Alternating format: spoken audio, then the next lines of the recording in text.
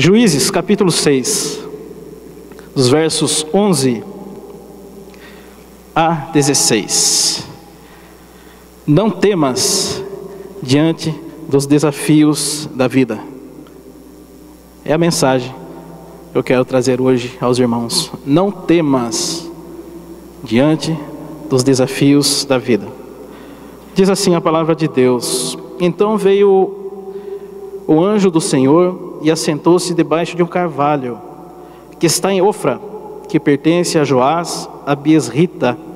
E Gideão, seu filho, estava malhando trigo no lagar para o pôr a salvo dos midianitas. Então o anjo do Senhor lhe apareceu e lhe disse: O Senhor é contigo, homem valente. Respondeu-lhe Gideão: Ai, Senhor meu, se o Senhor é conosco, por que nos sobreveio tudo isto? E que é feito de todas as suas maravilhas que nossos pais nos contaram, dizendo: Não nos fez o Senhor subir do Egito? Porém agora o Senhor nos desamparou e nos entregou nas mãos dos midianitas. Então se virou o Senhor para ele e disse: Vai nessa tua força e livra Israel da mão dos midianitas. Porventura não te enviei eu? E ele lhe disse: Ai, Senhor meu, com que livrarei Israel? Eis que a minha família é a mais pobre em Manassés, e eu o menor na casa de meu pai. Tornou-lhe o Senhor e disse: Já que eu estou contigo, ferirás os midianitas como se fossem um só homem. Não temas diante dos desafios da vida. E quase que todos os desafios da nossa vida, se não todos, eles são acompanhados de algumas crises. As crises acompanham os desafios que passam pelas nossas vidas. E eu quero perguntar para você hoje: quais são os teus desafios? Tudo bem? Quais são os teus desafios? Quais são as montanhas que você tem que transpor hoje? Quais são os desafios que estão diante de você e parecem como que cadeia de montanhas, aquelas intransponíveis, aquelas que só sobem desse jeito aqui? Quais são esses desafios que estão diante de você? Talvez você esteja olhando, talvez você esteja diante de alguns desafios hoje. E para você, eles são assustadores, são como montanhas. Talvez sejam estes os desafios que você está vivendo na tua vida. E as crises acompanham. Gideão não vivia de forma diferente. Para ele não era diferente de nós. Gideão estava malhando trigo. Observaram o que diz na palavra? Ele estava malhando trigo. E geralmente o trigo era malhado em local aberto, parecido com esse aqui, aberto, para que depois de malhado o trigo, o vento soprasse e levasse a palha e ficasse só o trigo. Era assim que era malhado o trigo, em local aberto. No entanto, se observarmos aqui na leitura, a palavra diz que Gideão estava malhando trigo em um lagar. Lagar, que é local de pisar uvas. Ele não estava malhando trigo em um local aberto, mas ele estava malhando em um lagar, para pôr a salvo dos midianitas, para esconder dos midianitas. Os midianitas eram um povo que periodicamente invadia o local onde estava o povo de Israel e saqueava tudo que eles tinham. E deixavam eles sem nada, absolutamente nada. O inverno do povo de Israel era magro, porque os midianitas saqueavam tudo. É por isso que Gideão então estava malhando trigo num lagar de uva, num local de pisar uva, para esconder dos midianitas. É interessante que os desafios que nós passamos, que vem acompanhado das crises, eles alteram a nossa rotina. Nós observamos que Gideão ele estava com a sua rotina alterada. Ele estava escondendo o trigo, ele tinha medo. E os desafios que às vezes passamos, ou o desafio que está diante de você, que você está vivendo hoje, ele pode estar alterando a tua rotina. E quando a nossa rotina é alterada pelos desafios, isso nos traz desconforto. Isso nos traz mal-estar. Talvez você esteja assim hoje, se sentindo desconfortável. Talvez você esteja se sentindo incomodado ou até mesmo assustado. Ainda no verso 11, Gideão estava malhando o trigo no lagar de uvas para esconder o trigo dos midianitas. Tudo que passava pela cabeça de Gideão, que estava no seu coração, era uma só palavra: esconder. Eu preciso me garantir, eu preciso esconder. E por um momento no coração também do profeta Elias, quando ele está passando por um grande desafio, uma grande luta, e aí veio a crise também para ele, o que está no coração do profeta Elias também é se esconder. Elias ele foge para o deserto, ok? Ele foge para o deserto. E posteriormente ele vai ao Monte Horebe e se esconde dentro de uma caverna. Ele se esconde dentro de uma caverna porque ele acreditava, esse é o profeta Elias, que estaria sozinho. E também porque Jezabel, uma mulher muito má, esposa do rei de Israel chamada Acabe, ela queria matar Elias. E Elias tinha o desafio de apontar o dedo no nariz de Acabe, para fazer com que o povo voltasse a adorar a Deus. E diante da perseguição, diante de todo esse desafio, Elias também, semelhantemente a Gideão, ele foge e se esconde. Quem sabe você também não está assim hoje? Quem sabe você não está assim diante dos teus desafios? Você está olhando para os seus desafios e hoje você está preferindo se esconder.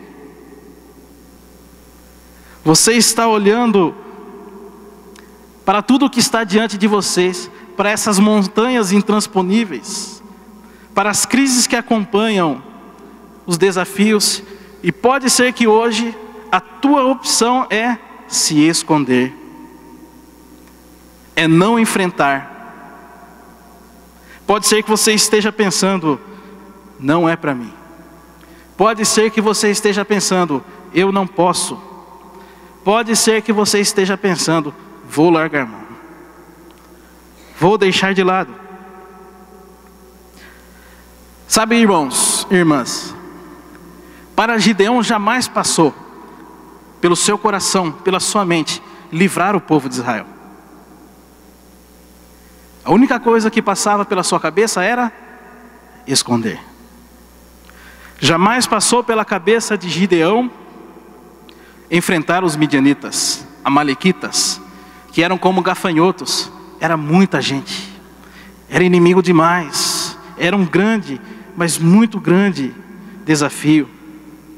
E para piorar, os inimigos amalequitas, os midianitas, eles tinham camelos. Camelo, aquele que tem no Quinzinho não tem, mas no zoológico de São Paulo deve ter. O que tornava os seus ataques ainda mais eficientes. Olha que tão grande era o desafio de Gideão. Talvez o seu desafio seja assim grande. Talvez ele esteja te assustando. Mas vamos caminhar no texto. Observe comigo que no verso 12, o anjo diz assim para Gideão: o Senhor é contigo, homem valente. O Senhor é contigo. Isso faz alguma diferença para ouvir? Para a tua vida hoje, isso faz alguma diferença? Diante dos desafios que você está vivendo, faz alguma diferença você ouvir o Espírito Santo dizer hoje para você: o Senhor é contigo, homem valente. O Senhor é contigo, mulher valente. O Senhor é contigo, jovem valente. Faz sentido para vocês? Muda alguma coisa? Ou pode ser que o desânimo seja tão grande, que a luta, o desafio seja tão grande, que você pode estar pensando: o Senhor é comigo, e daí? Os desafios continuam, a luta continua, os inimigos estão aí, seja qual for o seu inimigo. Eu espero que não seja pessoas.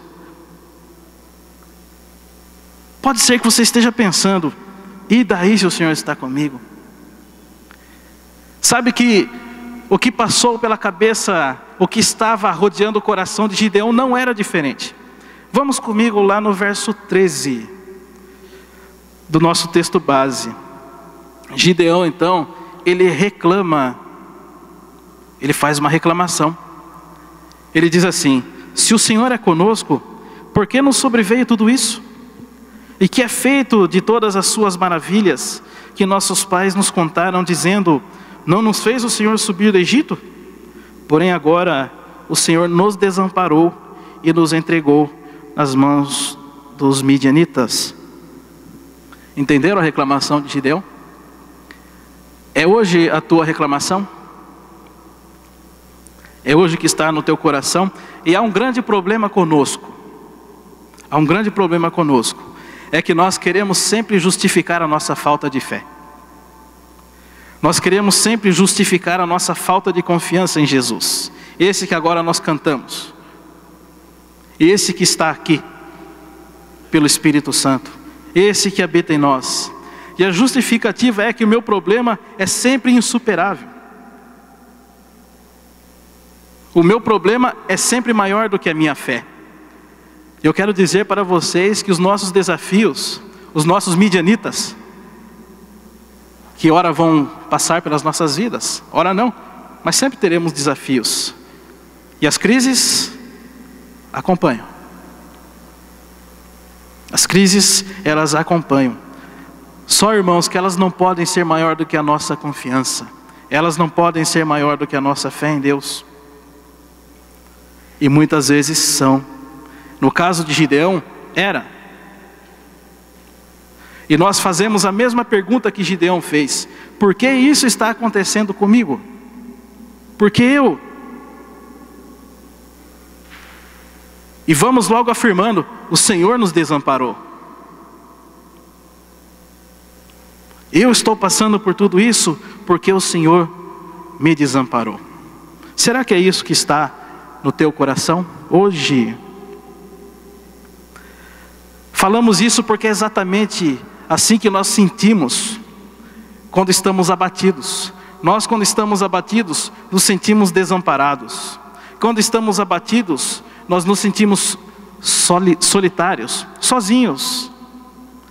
Nós nos sentimos muitas vezes entregados à própria sorte.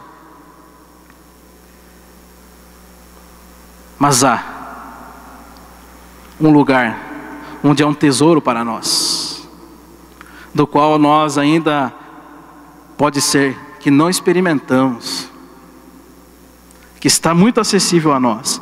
No livro do profeta Jeremias, não está aqui, no capítulo 2, do verso 13, o próprio Deus diz que Ele é o manancial de águas vivas.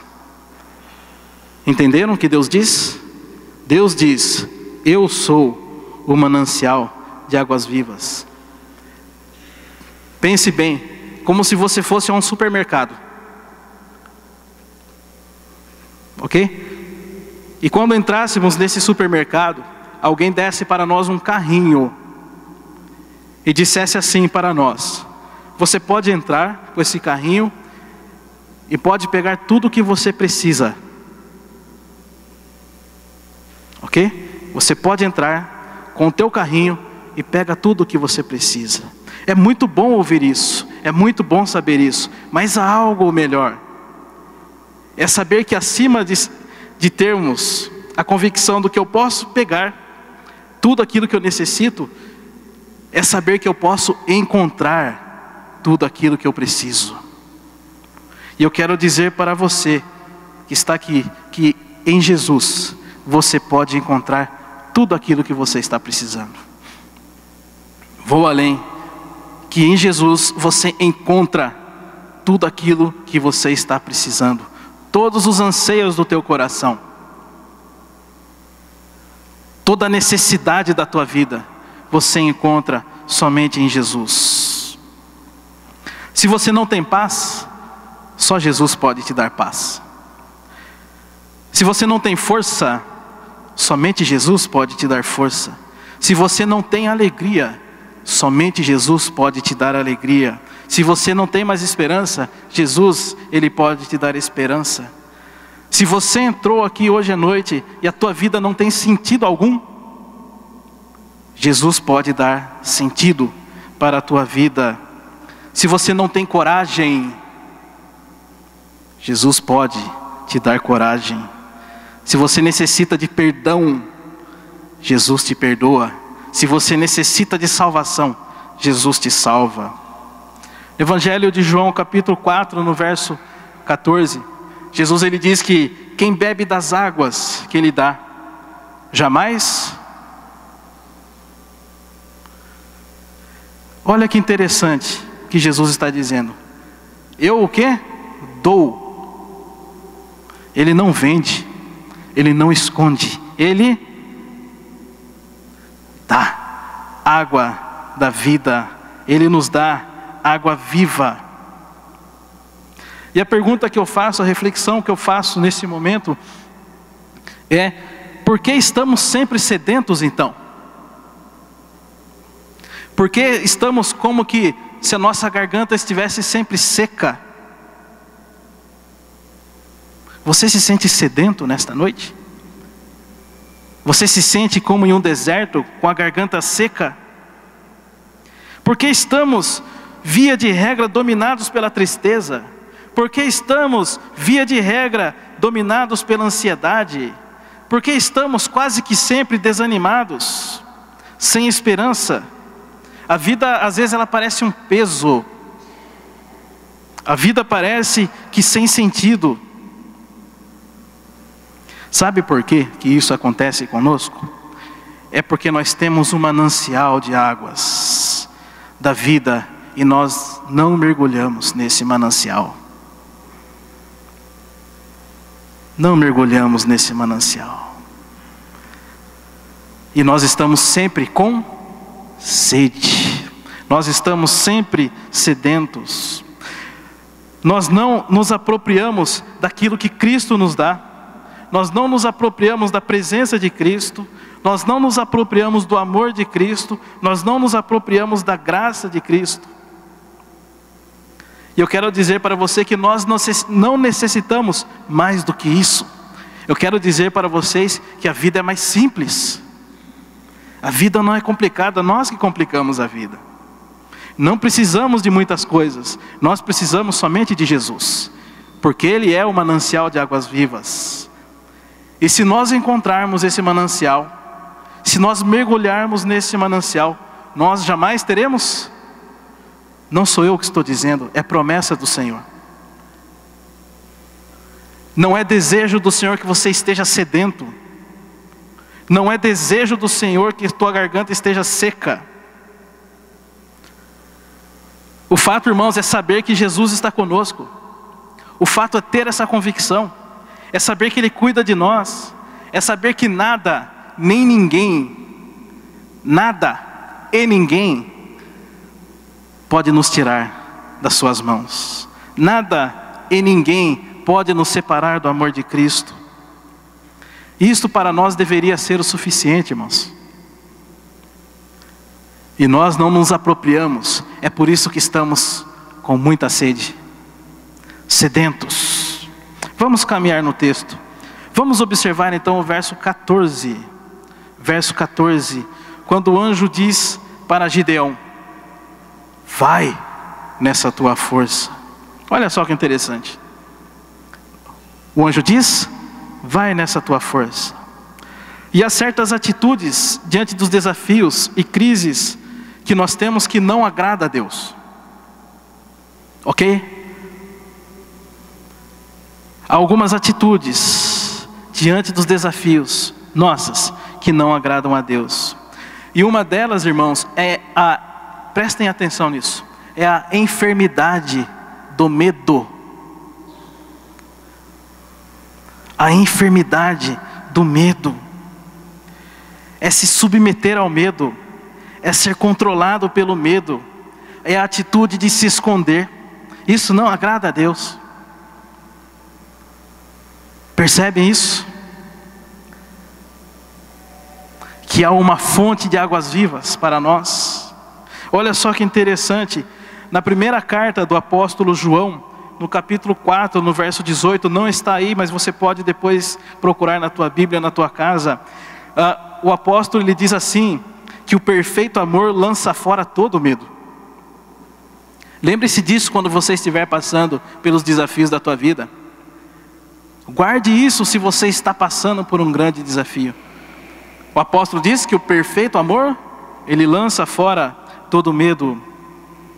Isso quer dizer que o amor de Deus por nós deveria afastar todo medo. O amor de Deus por nós deveria afastar todo medo. Nós, irmãos, deveríamos crer nisso. Nós deveríamos nos apropriar disso. Nós deveríamos viver isso. Caso contrário, o que acontece com as nossas vidas? Caso contrário, nós nos tornaremos pessoas incapazes. Nós nos tornaremos pessoas incapazes de dar um passo adiante. Nos tornaremos incapazes de aceitar os desafios da vida. E há desafios que é o próprio Senhor que coloca diante de você para trabalhar na tua vida.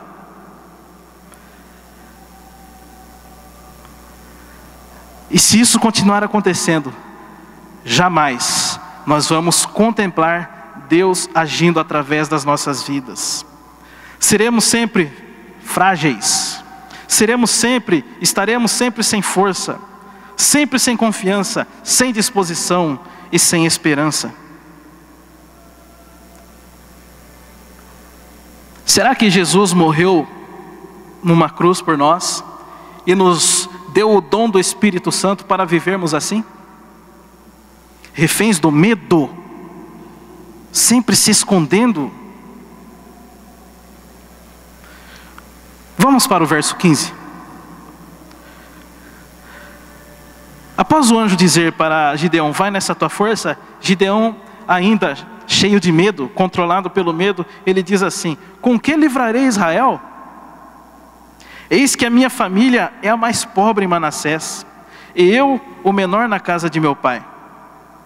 Gideão, ele se sentia insignificante.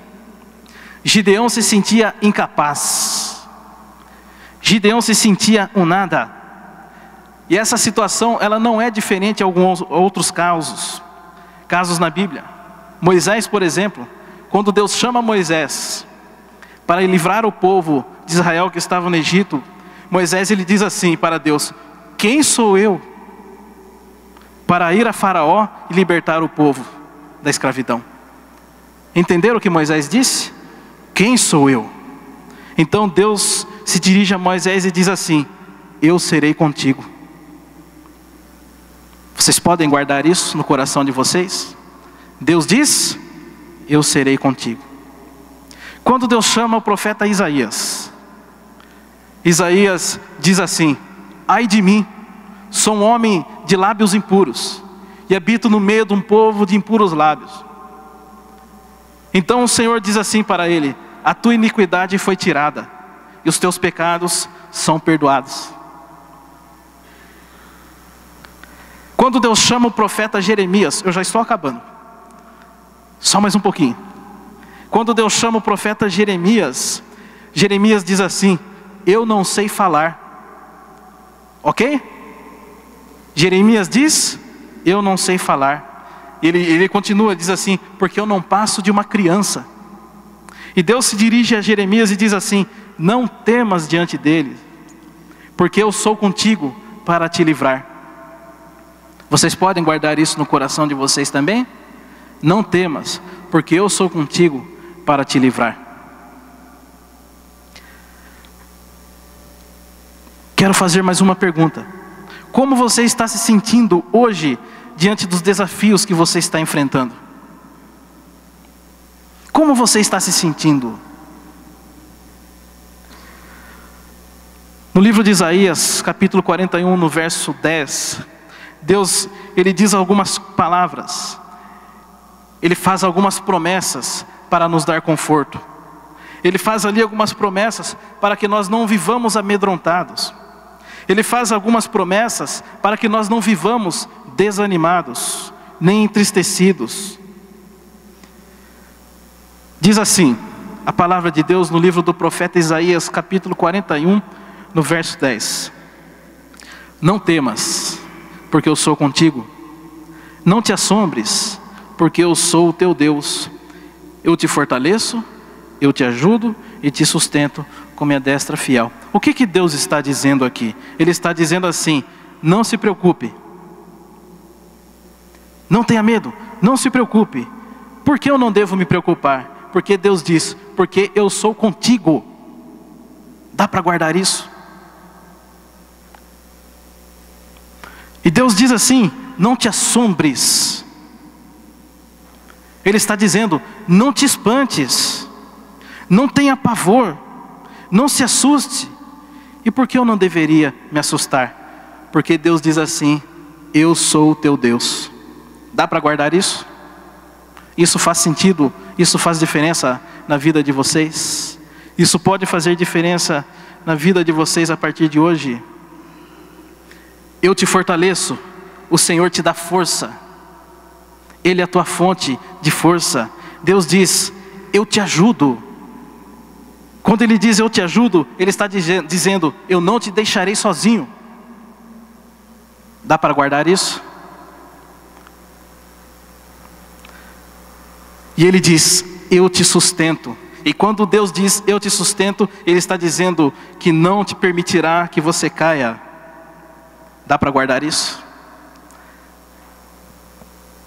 Dá para ter paz, alegria e esperança, uma nova vida, para enfrentar os desafios que estão diante de nós? Eu quero finalizar, eu quero concluir com o verso 16. Lá no verso 16, o anjo diz assim, já que eu sou contigo, ok? Já que eu sou contigo, o Senhor é contigo. Isso tem que fazer diferença na nossa vida, meus irmãos. Para nós não vivermos escondidos, dominados pelo medo. Gideão, ele não precisava da sua própria força. Gideão não precisava da sua própria coragem. Mesmo porque ele não tinha nem força e nem coragem.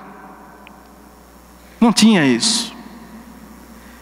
Mas ele precisava de descansar e esperar em Deus. Porque foi Deus quem venceu o desafio para Gideão. Gideão destruiu um altar de adoração a Baal e destruiu todo o exército dos midianitas, amalequitas e agregados pela mão do Senhor. Deus venceu por Gideão. Deus vence por você, meu irmão e minha irmã. O fato de estarmos com Cristo não quer dizer que nós não tenhamos grandes desafios, mas Ele vence por nós.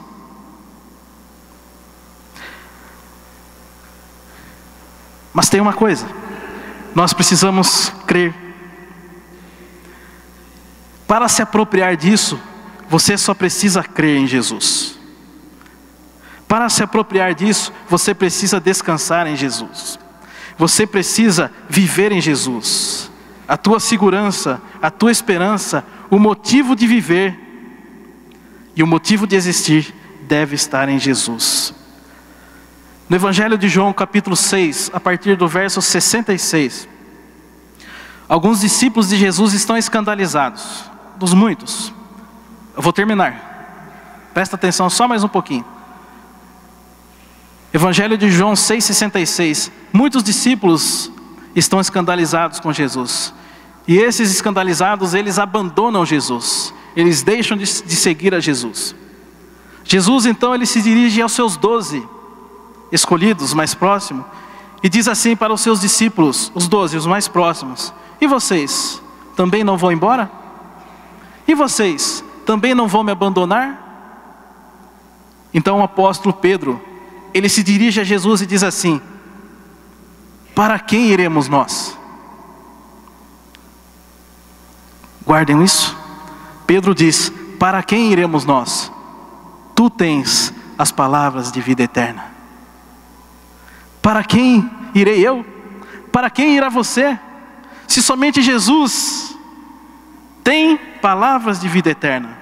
Se somente Jesus é o nosso caminho, a nossa verdade e a nossa vida. Nós não temos ninguém a não ser Jesus. Não precisamos de mais nada a não ser somente de Jesus. Eu quero dizer para você que Jesus é suficiente. Você só precisa de Jesus. Mas não desse Jesus que se pronuncia como estou pronunciando Jesus. Não do Jesus que vivem falando por aí, mas do Jesus vivo, do Jesus verdadeiro, que habita em nossas vidas por meio do Espírito Santo, por intermédio do Espírito Santo. Nós precisamos nos apropriar disso. Quando Jesus for a nossa maior esperança, for tudo o que nós tivermos, tudo será diferente. E eu quero convidar a você nesse momento a dizer para Jesus: Jesus, eu só tenho a Ti. Eu quero convidar a você a entregar a tua vida, o comando da tua vida na direção de Jesus, nas mãos de Jesus. A se lançar aos pés de Jesus e dizer: Jesus, eu não tenho nada além de Ti. O Senhor é o maior bem que eu tenho. Quando isso for uma verdade em tua vida, as coisas serão muito, mas muito diferentes. O medo já não terá domínio sobre a tua vida, porque o perfeito amor, ele lança fora todo medo. Vamos ficar em pé.